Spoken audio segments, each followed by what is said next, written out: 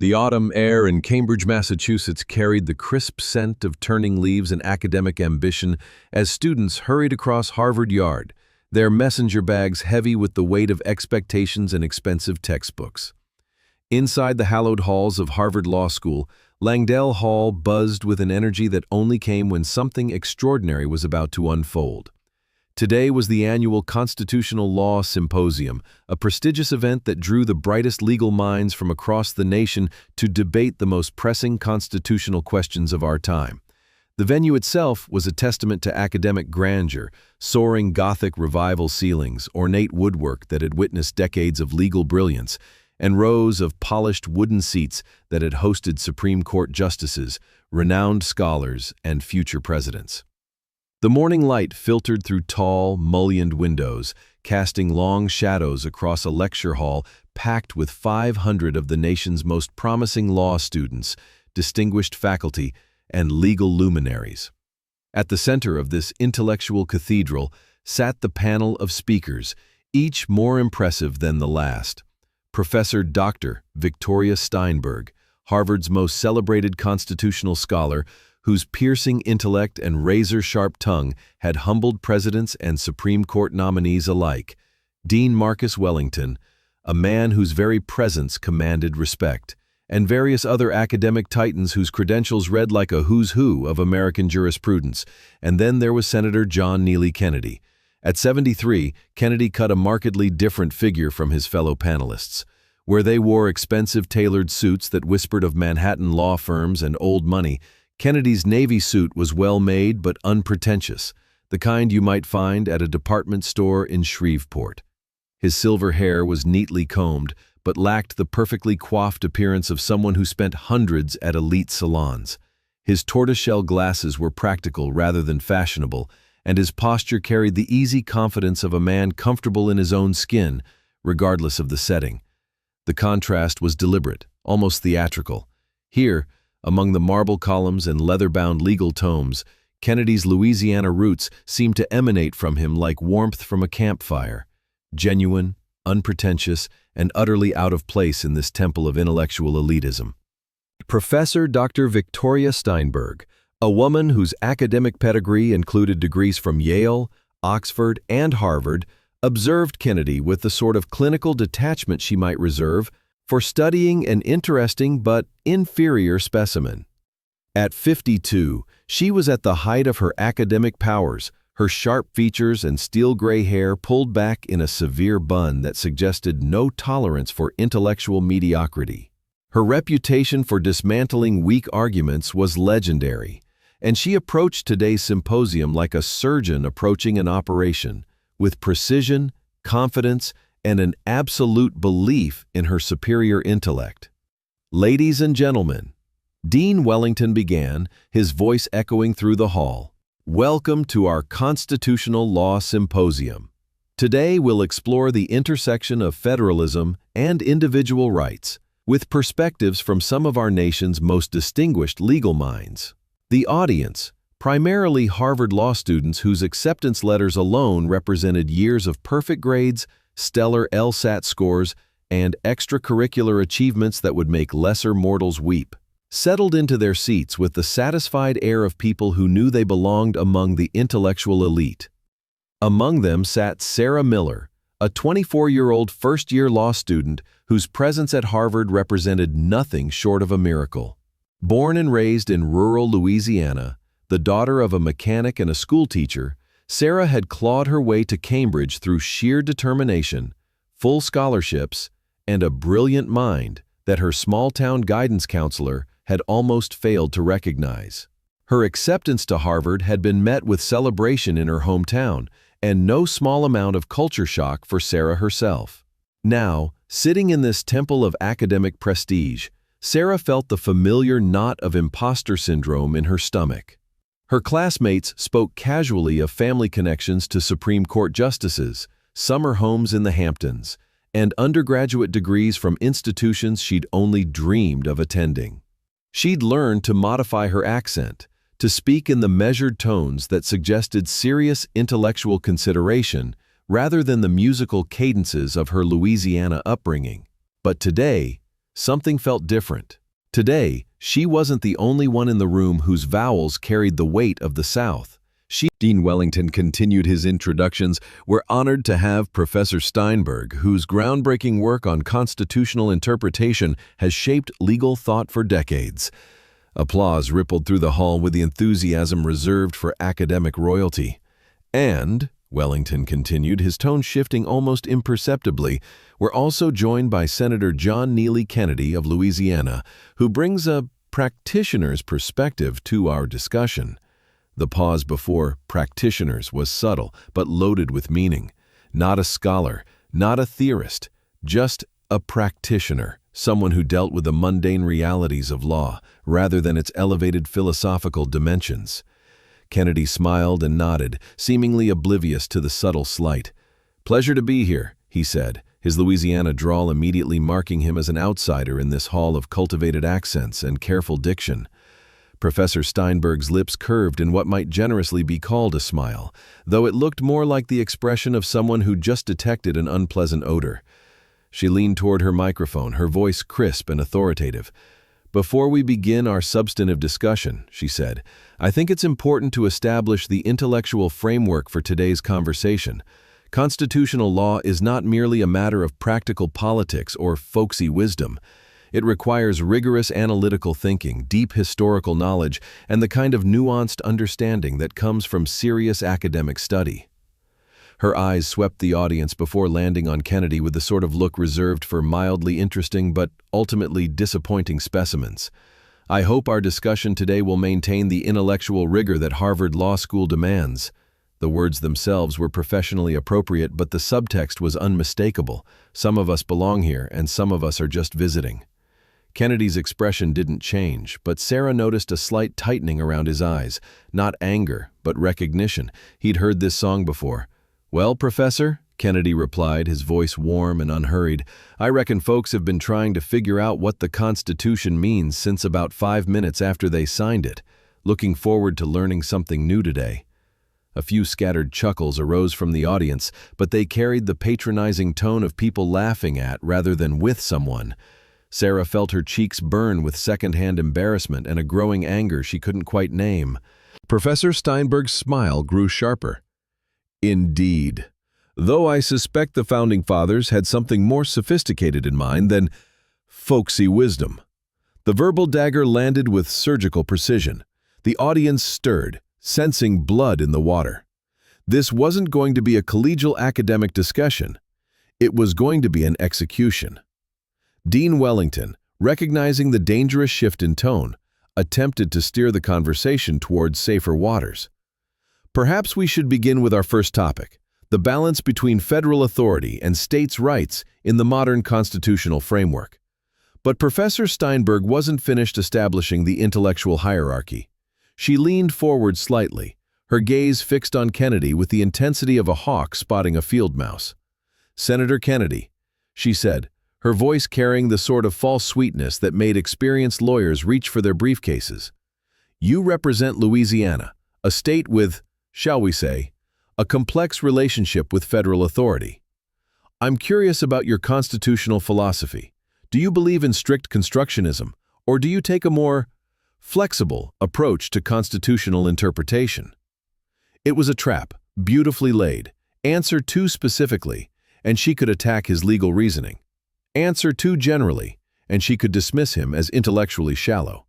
Either way, she'd established herself as the questioner, and him as the questionee, the professor and the student. Kennedy adjusted his glasses, a gesture so simple and unhurried that it seemed to slow time itself. "Well, Professor, I suppose I believe the Constitution means what it says. I know that's not too sophisticated for a place like this, but I'm just a simple country lawyer." The self-deprecation was perfect bait, and Professor Steinberg took it eagerly. "Simple," she repeated, savoring the word like fine wine. "Yes, I suppose that's one approach, though I would argue that constitutional interpretation requires rather more than simplicity. We're dealing with complex questions of federalism, individual rights, and governmental authority that demand sophisticated analytical frameworks." She turned to the audience, her voice rising with the confidence of someone addressing her intellectual peers. You see, students, this is precisely why rigorous legal education matters. Constitutional law isn't about gut feelings or common sense. It's about understanding centuries of legal precedent, analyzing textual nuances, and applying complex theoretical frameworks. Turning back to Kennedy, her smile was radiant with academic superiority. I'm sure Senator Kennedy's practical experience has value, but constitutional scholarship requires a level of intellectual rigor that, frankly, can't be acquired through political campaigning or courthouse folkways. The lecture hall fell silent, except for the soft scratching of pens as students dutifully recorded their professor's wisdom. Sarah's pen remained motionless, her knuckles white as she gripped it like a weapon. Kennedy nodded thoughtfully, as if seriously considering her words. You know, Professor, you might be right. I did go to a little school down south, University of Virginia for undergrad, then University of Virginia Law School. Not exactly Harvard caliber, I suppose. More chuckles from the audience, but now they seemed less certain. Sarah knew enough about legal education to recognize that UVA law was hardly a diploma mill, but the audience seemed focused on the David and Goliath narrative Professor Steinberg was weaving. And then, Kennedy continued, his voice maintaining that same unhurried cadence, I spent a few years practicing law, then got into politics, just trying to help folks back home, really. Nothing too fancy. Professor Steinberg's expression suggested she was watching someone dig their own grave. Yes, well, experience certainly has its place, though I do think there's a meaningful distinction between practicing law and understanding constitutional theory. Anyone can read a statute, but truly grasping the philosophical underpinnings of constitutional interpretation, that requires serious scholarship. She gestured elegantly toward the Gothic windows and leather-bound volumes that surrounded them. This is why institutions like Harvard exist, to push beyond the superficial, to engage with ideas at their highest level. Not everyone can handle that kind of intellectual rigor, of course. It requires a certain sophistication. The word hung in the air like a challenge. Not everyone. Not Kennedy. Not people like him. Sarah felt something crack inside her chest. Not her heart, but something harder and more fragile. The careful veneer of belonging she'd constructed during her months at Harvard. Professor Steinberg wasn't just attacking Kennedy. She was attacking everything Sarah represented, everyone she'd come from, every person back home who'd cheered when the local girl made it to Harvard Law. A young man 3 seats over, Bradley, whose great-grandfather had been a Supreme Court justice and whose trust fund could probably buy a small law school, leaned toward his classmate. "This is painful to watch," he whispered, loud enough for Sarah to hear. "Someone should put the poor man out of his misery." That was the moment Sarah Miller, daughter of a Louisiana mechanic, scholarship kid from nowhere, decided she'd had enough. But before she could speak, Kennedy was adjusting his glasses again, that same unhurried gesture that somehow commanded attention despite its simplicity. "Professor," he said, his voice still carrying that warm Louisiana drawl, "I appreciate your patience with a simple country lawyer, and you're right. Constitutional interpretation is mighty complicated. Take the Commerce Clause, for instance." Professor Steinberg's eyebrows rose slightly, clearly not expecting Kennedy to venture into specific constitutional territory. "Now, most folks," Kennedy continued, "they hear Commerce Clause and they think it's just about buying and selling things. But, as I'm sure everyone here knows, it's really about the power of Congress to regulate interstate commerce. Article 1, Section 8, Clause 3, to regulate commerce with foreign nations, and among the several states, and with the Indian tribes." He was reciting from memory, his voice taking on a slightly different quality, still warm, still unhurried, but now carrying an undertone of something else. Something that made Professor Steinberg sit up a little straighter. "Course, the real question," Kennedy continued, is what exactly regulate means in that context. And that's where it gets interesting. See, in the 1824 case Gibbons versus Ogden, Chief Justice Marshall defined commerce pretty broadly, not just buying and selling, but all forms of commercial intercourse.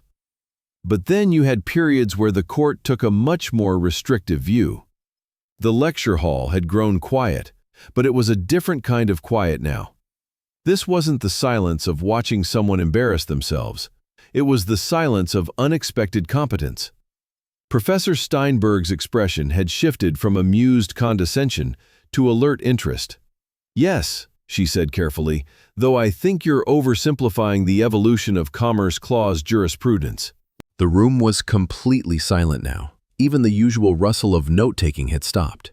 Now, when the founders wrote about regulating interstate commerce, Kennedy continued, they were dealing with a specific problem. States were putting up trade barriers against each other, making it impossible to have a true national economy.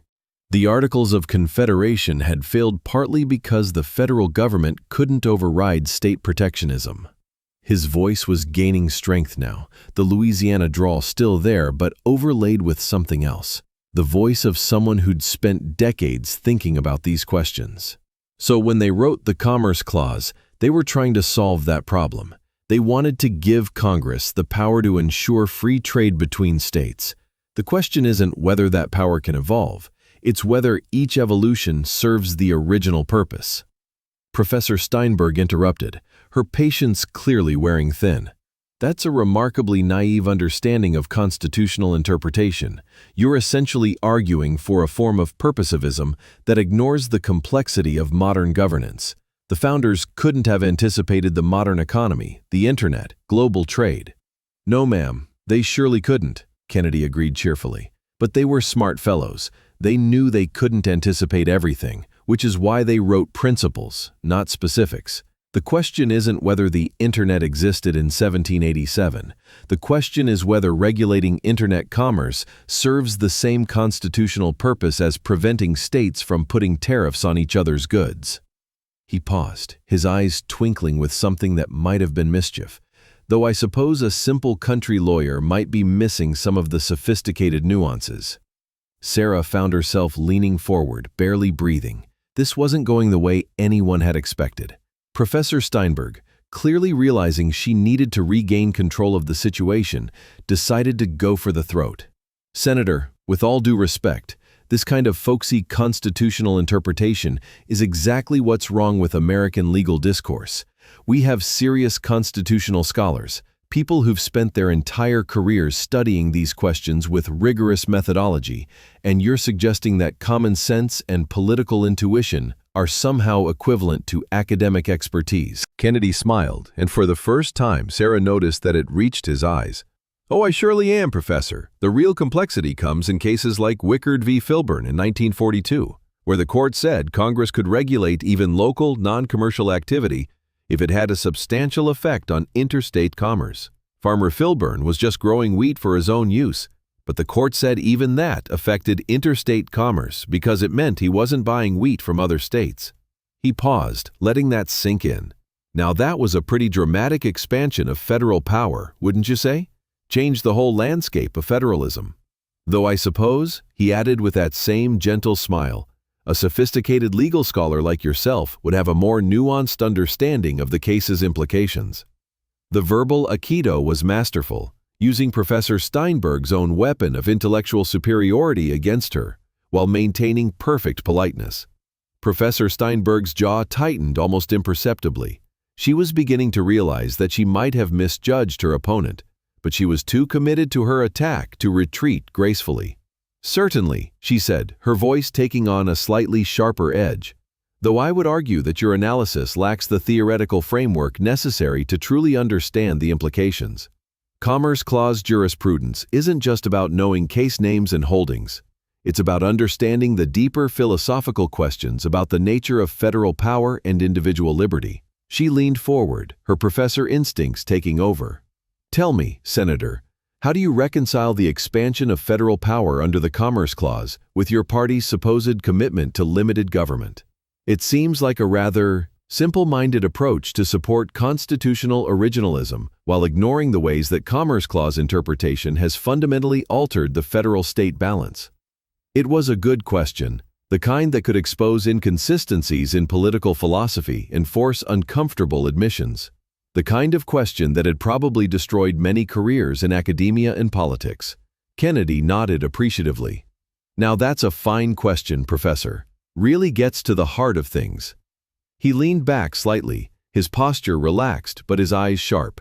See, I think you're right that there's some tension there, but I'd argue it's not necessarily a contradiction. The thing about originalism, and I know this might seem simple to sophisticated folks, is that it's not about freezing the Constitution in amber. It's about understanding what the text meant to the people who wrote it and ratified it. She turned to address the students directly, her voice taking on the authoritative tone of someone delivering a lecture to undergraduates. This is why legal education matters, students. Constitutional law isn't about gut feelings or political speech-making. It requires deep theoretical grounding, extensive knowledge of precedent, and the kind of analytical rigor that can only come from serious academic study. Turning back to Kennedy, her smile was sharp enough to cut glass.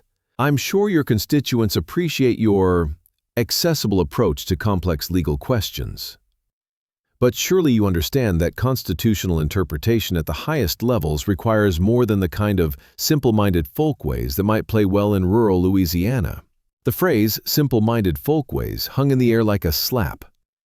Several students shifted uncomfortably, and Sarah felt her face flush with anger on Kennedy's behalf. But Kennedy's expression didn't change. If anything, his smile grew warmer. Well, Professor, he said, his voice carrying that same unhurried warmth, you might be right about that. I surely don't have the kind of sophisticated education that qualifies someone to teach at a place like Harvard. He paused, reaching into his jacket pocket and pulling out a folded piece of paper.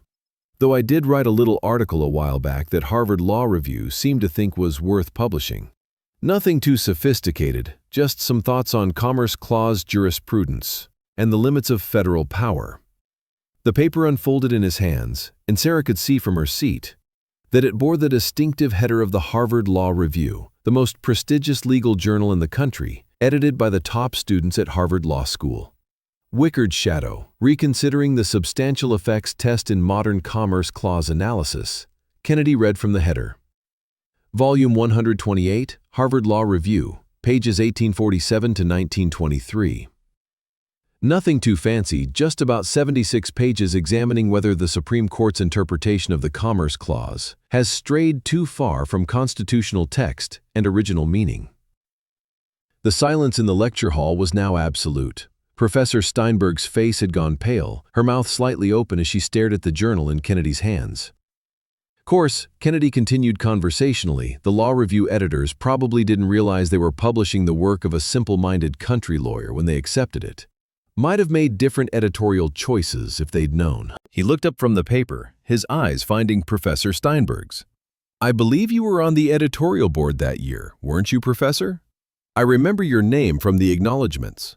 Very helpful suggestions on tightening up my theoretical framework. The color drained from Professor Steinberg's face as she realized what had just happened. Not only had Kennedy revealed himself to be a serious constitutional scholar, but he'd done so with an article that she herself had helped edit and approve for publication. A student in the front row, Sarah could see it was Rebecca Chen, editor-in-chief of the current Harvard Law Review, was frantically typing on her laptop. After a moment, she looked up with wide eyes and nodded to her classmates. The article was real. Kennedy folded the paper and returned it to his pocket. See, Professor, I think you're absolutely right that constitutional interpretation requires serious study and rigorous analysis. Where we might disagree is whether that kind of thinking can only happen in places like this. His gesture encompassed the Gothic grandeur around them. Harvard's a fine institution, no doubt about it, but constitutional law isn't owned by any one school or any one way of thinking. Some of the best constitutional insights I've ever encountered came from judges who went to state schools, lawyers who worked in small towns, and yes, even politicians who had to explain complex legal principles to ordinary voters. Professor Steinberg was struggling to recover, her professional composure warring with her obvious mortification. "Senator, I had no idea about your scholarly work. Your Harvard Law Review article was, indeed, impressive." "Oh, that wasn't my only one," Kennedy said mildly. "Though I suppose, after today, I should probably stick to publishing in journals that appreciate simple-minded folkways." The gentle rebuke landed with perfect precision. Several students were now openly staring at Professor Steinberg, waiting to see how she would respond to this complete reversal of fortune. Sarah felt something loosening in her chest, not relief, but something bigger. Vindication, maybe, or recognition. Kennedy hadn't just defended himself. He'd defended everyone who'd ever been dismissed as intellectually inferior because of where they came from or how they talked. Professor Steinberg took a deep breath, visibly composing herself. To her credit, she managed a wan smile. "Senator Kennedy, I owe you an apology. I made assumptions about your background and qualifications that were clearly unfounded. Your scholarship speaks for itself, and I should have done my homework before—" She trailed off, apparently unable to finish the sentence that would require her to admit she'd tried to publicly humiliate a distinguished constitutional scholar. Kennedy's smile was genuinely warm now, without a trace of triumph or malice. "No need for apologies, Professor. Happens to the best of us. Besides, I reckon a little healthy skepticism never hurt anyone. Keeps us all honest." He turned to address the audience, his voice taking on the measured cadence of someone accustomed to speaking to large groups. "You know, students, I think Professor Steinberg and I actually agree on something important. Constitutional law is serious business. It affects real people's lives in real ways. Whether you approach it from Harvard or from a courthouse in Louisiana, the responsibility is the same: to get it right. The difference isn't in the sophistication of our analysis," he continued. "It's in remembering that the Constitution belongs to all Americans, not just the ones with fancy degrees. It was written by practical men solving practical problems, and it was ratified by ordinary citizens who understood that their freedom depended on getting the details right." Sarah found herself nodding along, feeling something she hadn't experienced since arriving at Harvard. The sense that her background was an asset, not a liability. Kennedy adjusted his glasses one more time. "So, whether you end up practicing law in Manhattan or in rural Louisiana, remember that constitutional law isn't an academic exercise. It's the foundation of everything we hold dear as Americans. Treat it with respect, but don't be afraid to challenge conventional wisdom. Sometimes the best insights come from the most unexpected places." The applause that followed was different from the polite academic clapping that had greeted the earlier speakers. This was enthusiastic, sustained, and genuine. Students who had come to witness an intellectual execution had instead seen something far more valuable: a master class in grace under pressure. As the formal discussion continued, with Professor Steinberg now treating Kennedy as an equal partner in the conversation rather than an intellectual curiosity, Sarah found herself taking notes with renewed vigor, not just on the legal principles being discussed, but on the way Kennedy had handled himself, with dignity, competence, and remarkable generosity towards someone who had tried to humiliate him. After the symposium ended, students clustered around Kennedy, peppering him with questions about his scholarship and his political career. Sarah hung back, uncertain whether she belonged in that circle of eager questioners. But Kennedy noticed her hesitation and made his way over to her. "You look like you might have a question or two," he said, his eyes kind behind his glasses. Sarah started, then stopped, unsure how to articulate what she was feeling. "You're from Louisiana," Kennedy said. It wasn't a question. Sarah nodded. "How did you know?" "Takes one to know one," Kennedy replied with a grin. "Let me guess, everyone here keeps asking you to repeat yourself because they can't place your accent, and you've started talking like you're from nowhere in particular." Sarah felt her eyes welling up. "Something like that." Kennedy's expression grew serious. "Don't you dare change how you talk, young lady. Your voice is your strength, not your weakness. The Constitution doesn't belong to people who sound like they're from Connecticut, any more than it belongs to people who sound like they're from Louisiana. Don't let anyone tell you otherwise. He handed her his business card. If you ever want to talk about constitutional law, or about staying true to yourself in places like this, you give me a call. As Kennedy walked away, surrounded by admirers who now saw him in an entirely different light, Sarah looked down at the card in her hand and smiled. For the first time since arriving at Harvard, she felt like she truly belonged. The lesson of that day wasn't just about constitutional law or academic arrogance. It was about the danger of assumptions, the power of preparation, and the importance of treating everyone with respect, regardless of their background or how they speak. Professor Steinberg, to her credit, had learned that lesson too.